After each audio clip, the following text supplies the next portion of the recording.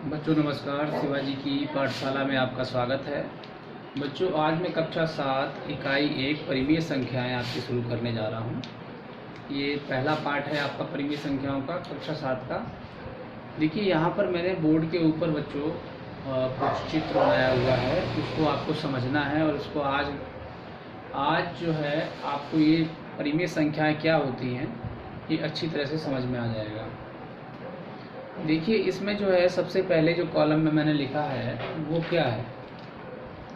यहाँ पे देखिए इस कॉलम में लिखा मैंने प्राकृतिक संख्याएं, उसके बाद फिर मैंने लिखा है पूर्ण संख्याएं, उसके बाद बच्चों मैंने लिखा है पूर्णांक, और उसके बाद लिखा है भिन्न, और सबसे लास्ट में लिखा है मैंने परिमेय संख्याएं। ठीक है, तो इस प्रकार से मैंने ये लिखा हुआ है। यहाँ पे जो प्राकृतिक संख्याएं होती हैं इनको इंग्लिश में बोलते हैं नेचुरल नंबर्स, पूर्ण संख्याओं को हम होल नंबर्स बोलते हैं, पूर्णांक को हम लोग इंटीजर बोलते हैं बच्चों, और भिन्न को हम फ्रैक्शन बोलते हैं, और परिमेय संख्याओं को हम रैशनल नंबर बोलते हैं। तो देखिए यहाँ पर आज जो है आप ये समझ पाएंगे कि परिमेय संख्याएं वास्तव में होती क्या हैं, और उसके बाद हम परिमेय संख्याओं से जुड़े हुए बहुत सारे क्वेश्चंस भी सवाल भी करेंगे। तो यहाँ पे सबसे पहले जानना ये जरूरी है कि प्राकृतिक संख्याएं क्या होती हैं। प्राकृतिक संख्याएं जैसे कि इनके नाम से पता लग रहा है कि वे संख्याएं जो कि गणना करने के लिए या फिर गिनती करने के लिए, जैसे कि आप और हम जब कोई भी वस्तु के बारे में हमें गिनना होता है उसको हम पूछते हैं। जैसे मैंने ही मान लीजिए बच्चों आपसे पूछा बताइए आपके बैग में कितनी किताबें हैं, तो आप क्या करेंगे, सबसे पहले इसको गिनना शुरू करेंगे, है ना। गिनेंगे सर जी मेरे बैग में 4 किताबें हैं। मैं पूछूंगा बच्चों आपके पास कितने पेन हैं, तो आप बताओगे मेरे पास सर 4 पेन हैं, है ना। इसी प्रकार से मैं आपसे यदि पूछता हूं बच्चों बताइए आपके घर में जो है आपके घर के आसपास कितने पेड़ लगे हैं, तो आप गिन के बताएंगे इतने पेड़ लगे हैं। तो कहने का मतलब गिनतियाँ, जो गिनती हम लोग पढ़ने के लिए, जो गिनती हम लोग गिनने के लिए, गणना करने के लिए किसी चीज़ की शुरुआत से जब हम इस्तेमाल करते आ रहे हैं पुराने प्राचीन समय से, उन गिनतियों को ही हमने प्राकृतिक संख्याओं का नाम दे दिया।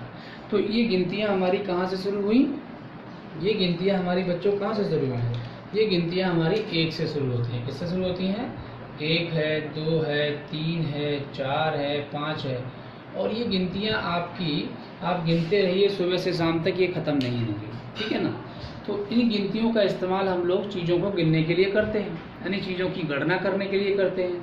तो इसके बगैर हमारा काम नहीं चलेगा। कहने का मतलब प्राकृतिक संख्याओं की हमें ज़रूरत पड़ी और गिनने के लिए चीज़ों को, तो हाँ ये प्राकृतिक संख्याएं जो है हमारे सामने निकल कर आई। उसके बाद मैंने लिखा है बच्चों पूर्ण संख्याएं। पूर्ण संख्याएं क्या होती हैं, इसमें आपने एक चीज़ देखा होगा, हम बहुत सारी संख्याएं इस्तेमाल करते हैं लेकिन 1 से 1 2 3 4 5 6 7 8 9, ठीक है। अब मान लीजिए यहाँ पर मैंने लिखा है 5 6 7 8 9, ठीक है। ये मैंने संख्याएं यहाँ पर लिख दी, लेकिन इसके बाद क्या हमारा इतनी सी संख्याओं से काम चल जाएगा?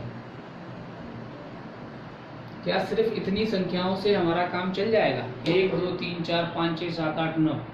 लेकिन यदि आपसे ये कह दिया जाए बताइए आपकी जेब में कितने नोट हैं और कितने नोट हैं, और आपकी जेब में मान लीजिए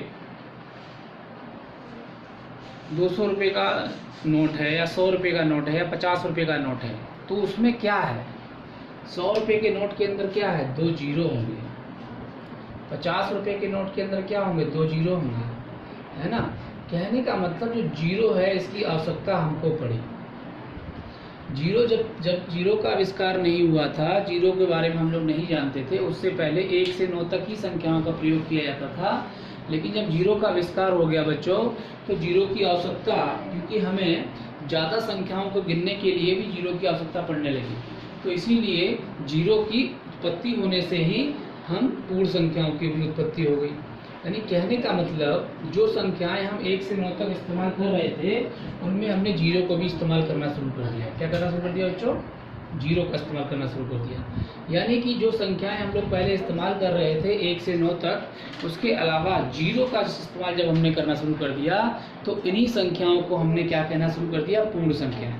यानी कि जो प्राकृतिक संख्याएं थी वो और जीरो, यानी कि जीरो को हमने मिला दिया इन प्राकृतिक संख्याओं के साथ, तो ये हमारी पूर्ण संख्याएं कहलाएंगी। जैसे कि मान लीजिए अब जो है 9 के बाद 10, फिर 11, फिर 12 और इसी तरीके से हम लिखते चले जाएं। फिर क्या आएगा 100 आएगा, 100 के बाद 101 आएगा, फिर क्या आएगा बच्चों 1000 आएगा, 1000 के बाद 1001 आएगा। कहने का मतलब इसी प्रकार से जीरो का इस्तेमाल होता चला गया, यानी कि जीरो और जो प्राकृतिक संख्याएं थी वो मिलके उन्होंने क्या बना दिया, पूर्ण संख्याएं बना दी। कहने का मतलब यदि हमसे प्रश्न ये पूछ लिया जाए यहाँ पे कि बताइए क्या एक एक पूर्ण संख्या है, तो हमारा जवाब होगा बिल्कुल एक एक पूर्ण संख्या है, 9 एक पूर्ण संख्या है। लेकिन यदि हमसे पूछ लिया जाए क्या जीरो एक प्राकृतिक संख्या है, नहीं है, क्योंकि जीरो एक पूर्ण संख्या है और इसके अलावा ये सारी की सारी जितनी प्राकृतिक संख्याएं होती हैं वो भी पूर्ण संख्याएं होती हैं, लेकिन जीरो एक प्राकृतिक संख्या नहीं है। यहाँ पर हमको ये समझना होगा। उसके बाद देखिए हमने नेक्स्ट जो है उसमें लिखा है पूर्णांक। क्या लिखे हैं, पूर्णांक। पूर्णांक क्या होते हैं बच्चों, देखिए इसके नाम से ही पता लग रहा है पूरा अंक, यानी कहने का मतलब यहाँ पे कहीं ना कहीं एक कमी हमें नजर आ रही है कि यहाँ पर जितनी भी संख्याएं हैं ये सारी की सारी धनात्मक संख्याएं हैं। मान लीजिए कोई व्यक्ति है आपसे पैसे उधार लेता है, ठीक है, तो आप क्या कहेंगे उससे कि उसने मुझसे ऋण उधार लिया, यानी कि उसने मुझसे उधार लिया, तो हम उससे उधार लिया है तो हम उसको ऋण से दिखाएंगे, ऋण लिखते हैं, ऋण का मतलब माइनस से।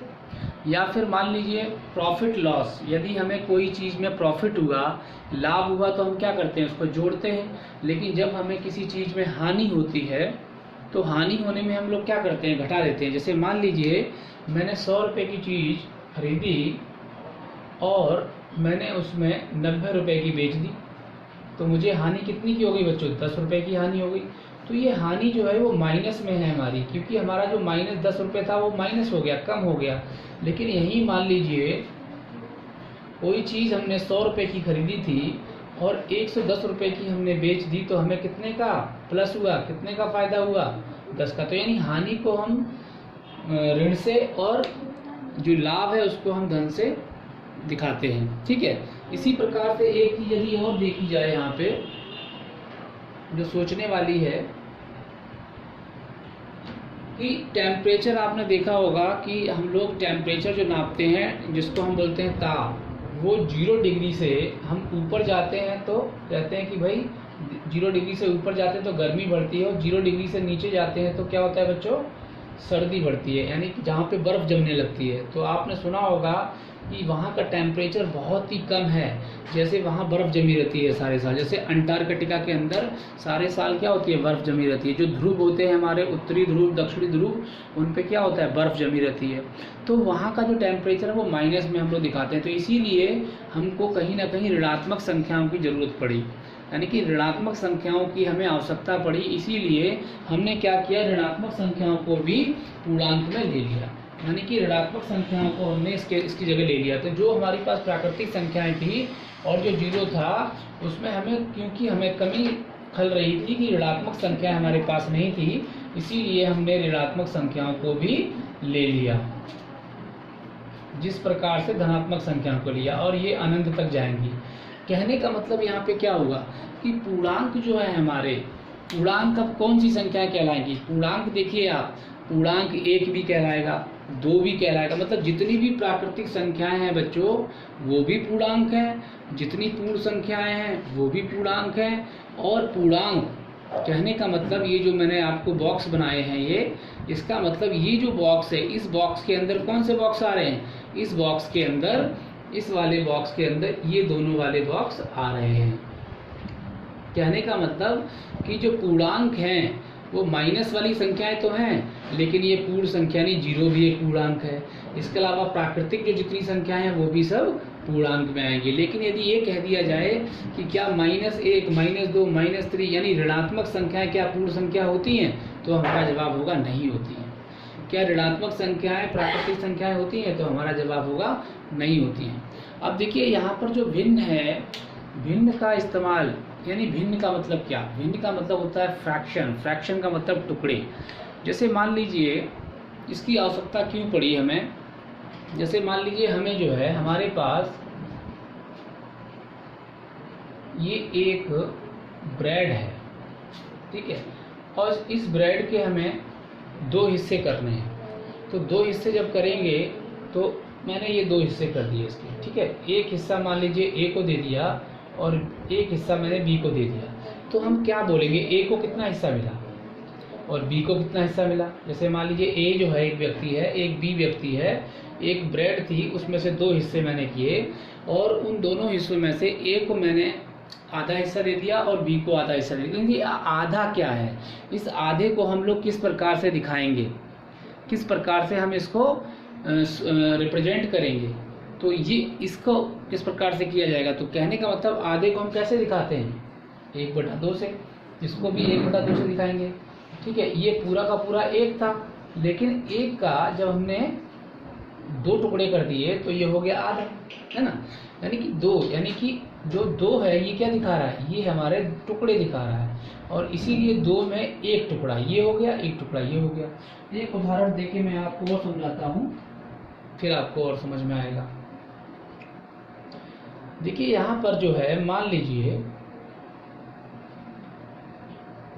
मेरे पास 8 क्या है बच्चों, 8 पेन है, ठीक है।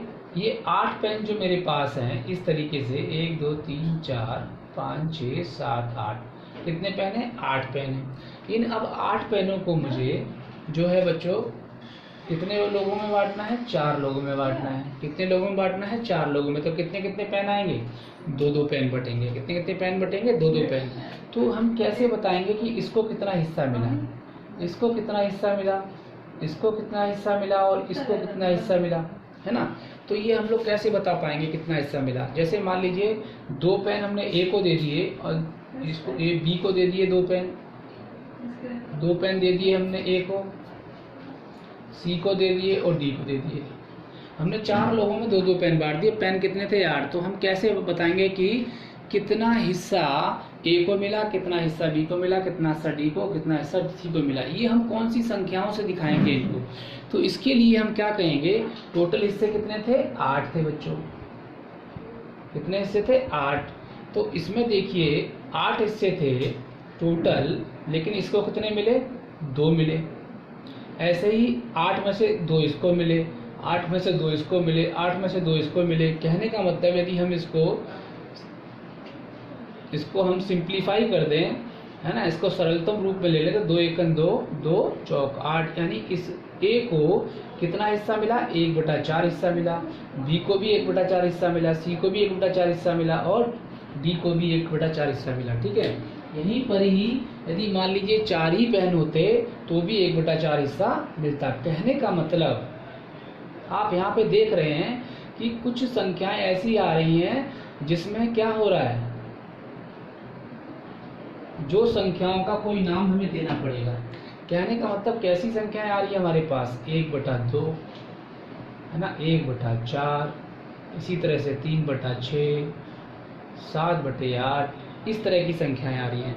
भिन्न का मतलब ही होता है बच्चों रेशियो, यानी रेशियो नहीं, मतलब भिन्न का मतलब क्या होता है, फ्रैक्शन होता है, यानी कि टुकड़े। यानी कि 2 के कितने टुकड़े, 1, 4 टोटल टुकड़े कितने हैं, 4। उसमें से एक टुकड़े को दिखाना हो तो हम 1/4 दिखाएंगे। टोटल टुकड़े 6 हैं, उसमें से 3 टुकड़ों को दिखाना हो तो हम 3/6 से दिखाएंगे, ठीक है। हम घरों में बात भी करते हैं कि 1/3, यानी आधा, है ना, 1/4, तो यही होता है बच्चों। 1/4 ये हो गया, 1/3 हम 1/3, है ना, ये हो गया आधा, ठीक है। तो ये सब शब्द हम लोग अपने जीवन में इस्तेमाल करते हैं और इन्हीं को हम भिन्न बोलते हैं। क्या बोलते हैं, भिन्न बोलते हैं। और भिन्न के अंदर हमारा अंश और हर होता है। क्या होता है, अंश, यानी ऊपर वाले को हम बोलते हैं अंश और नीचे वाले को क्या बोलते हैं बच्चों, हर। तो कहने का मतलब जब इस तरह की संख्याएं यानी कि जो भिन्न हैं इनको हम फ्रैक्शन बोलते हैं। अब आप यहाँ पे देखिएगा क्या, ऋण 1, ऋण 2, ऋण 3, ऋण 4, ऋण 5, ऋण ये क्या संख्याएं हैं, ये संख्याएं जो है पूर्णांक है। पूर्ण संख्याएं क्या है हमारी, यहाँ पर देखिए आप 10, 11, 12, ये सब की सब क्या हैं, ये भी हमारी कहीं ना कहीं प्राकृतिक संख्याएं, पूर्ण संख्याएं, ये भी हमारी भिन्न है, क्योंकि सबके नीचे हर कितना होता है, एक हर होता है। सबके नीचे हर कितना होता है, एक हर होता है। और हम कहीं ना कहीं इन संख्याओं को समतुल्य भी लिख सकते हैं। जैसे मान लीजिए 10 है, तो 10 को हम क्या लिख सकते हैं, 10/1 लिख सकते हैं। तो ये भिन्न हो गई आपकी, है ना। तो सभी के नीचे एक तो हर होता ही है। इसके अलावा हम 10 को और क्या लिख सकते हैं, 10 को हम 20/10 लिख सकते हैं, क्योंकि 10 एक 10, 10 दूनी नहीं, ये आप ऐसे नहीं होगा, ये 100/10 लिख सकते हैं आप। 100/10, 10 एक 10, 10 दाम 100। कहने का मतलब कि ये सब की सब संख्याएं क्या है, हमारी भिन्न है। क्या है, भिन्न है। ठीक है, आगे देखिए। अब बात आ गई परिमेय संख्याओं की। कौन सी संख्याओं की बात आ गई, परिमेय संख्याओं की। तो अब जो हमने आपको भिन्न बताया, कुछ ऐसी भी संख्याएं होती हैं जिनको हम लोग लिखते हैं। जैसे मान लीजिए -3/4 लिख देना है मुझे, या मैंने -1/4। अब ये ना तो भिन्न है, ये भिन्न जो है इसको भिन्न नहीं कहेंगे हम। क्या बोलेंगे इसको, ये भिन्न नहीं है, क्योंकि जो ऋण में होती है, क्योंकि ये जो है ये क्या है आपकी -3/4 जो है, -3/4। तो देखिए यहाँ पे जो ऋण 3/4 है और ऋण 1/4 जो मैंने यहाँ पे बच्चों लिखा, ऋण 3/4, ऋण 1/4। ठीक है, ऋण 3/4, ऋण 1/4। अब ये क्या है, ये भिन्न नहीं है। क्या नहीं है, भिन्न।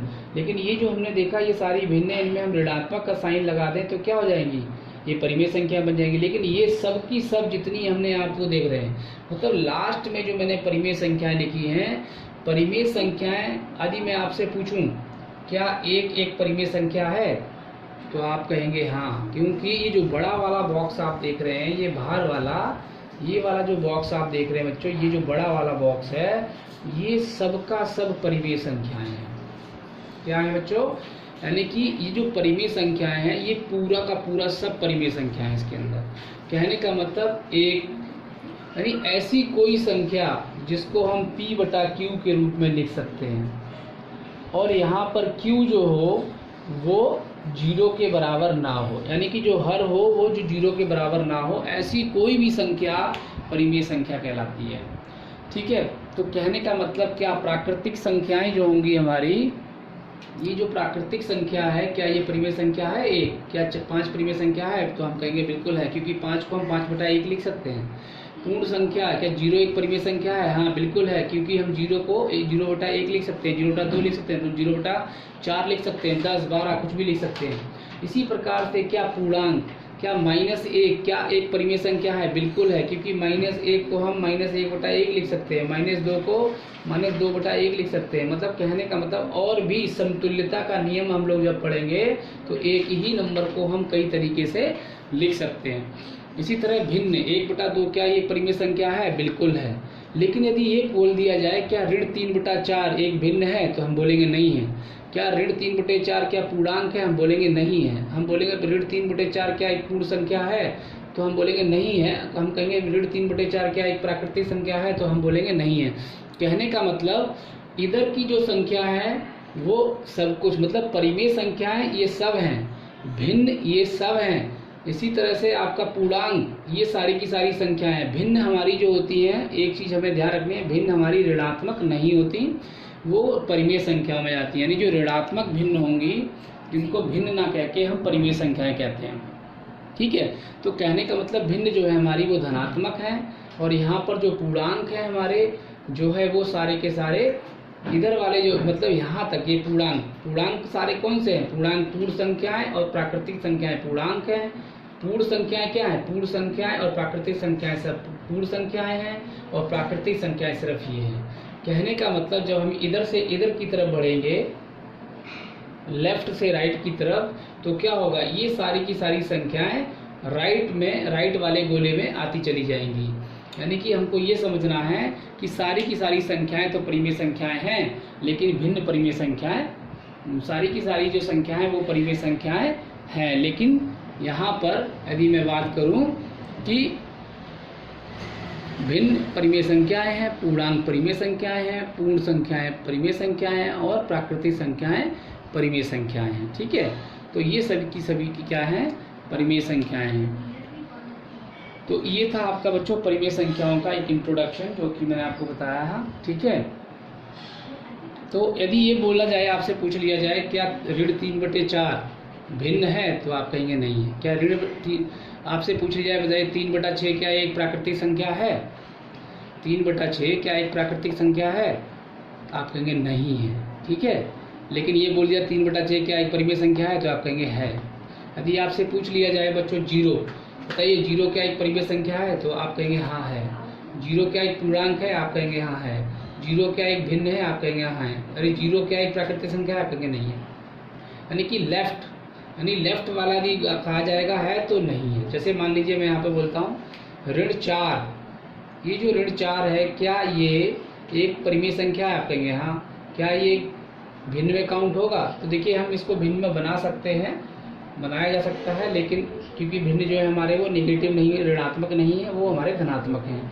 ठीक है, तो ये धनात्मक जब होगा तो हम इसको बना सकते हैं भिन्न।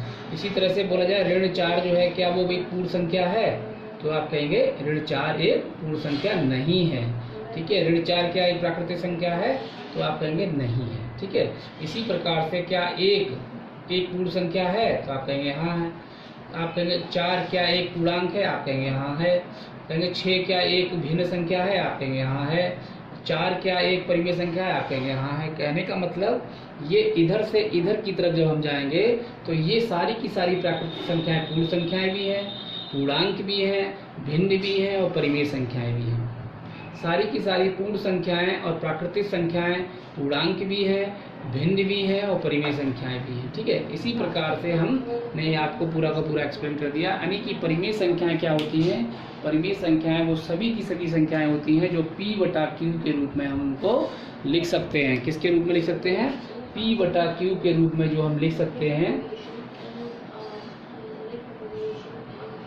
यानी वो सभी की सभी संख्याएं जो P/Q के रूप में लिखी जा सकती हैं, वो बच्चों क्या कहलाती हैं, वो परिमेय संख्याएं कहलाती हैं। ठीक है, यहाँ पर जो हर होगा वो 0 के बराबर नहीं होना चाहिए, बस ये इसकी कंडीशन है।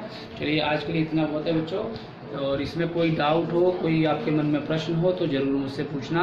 थैंक यू वेरी मच बच्चों फॉर वॉचिंग दिस वीडियो।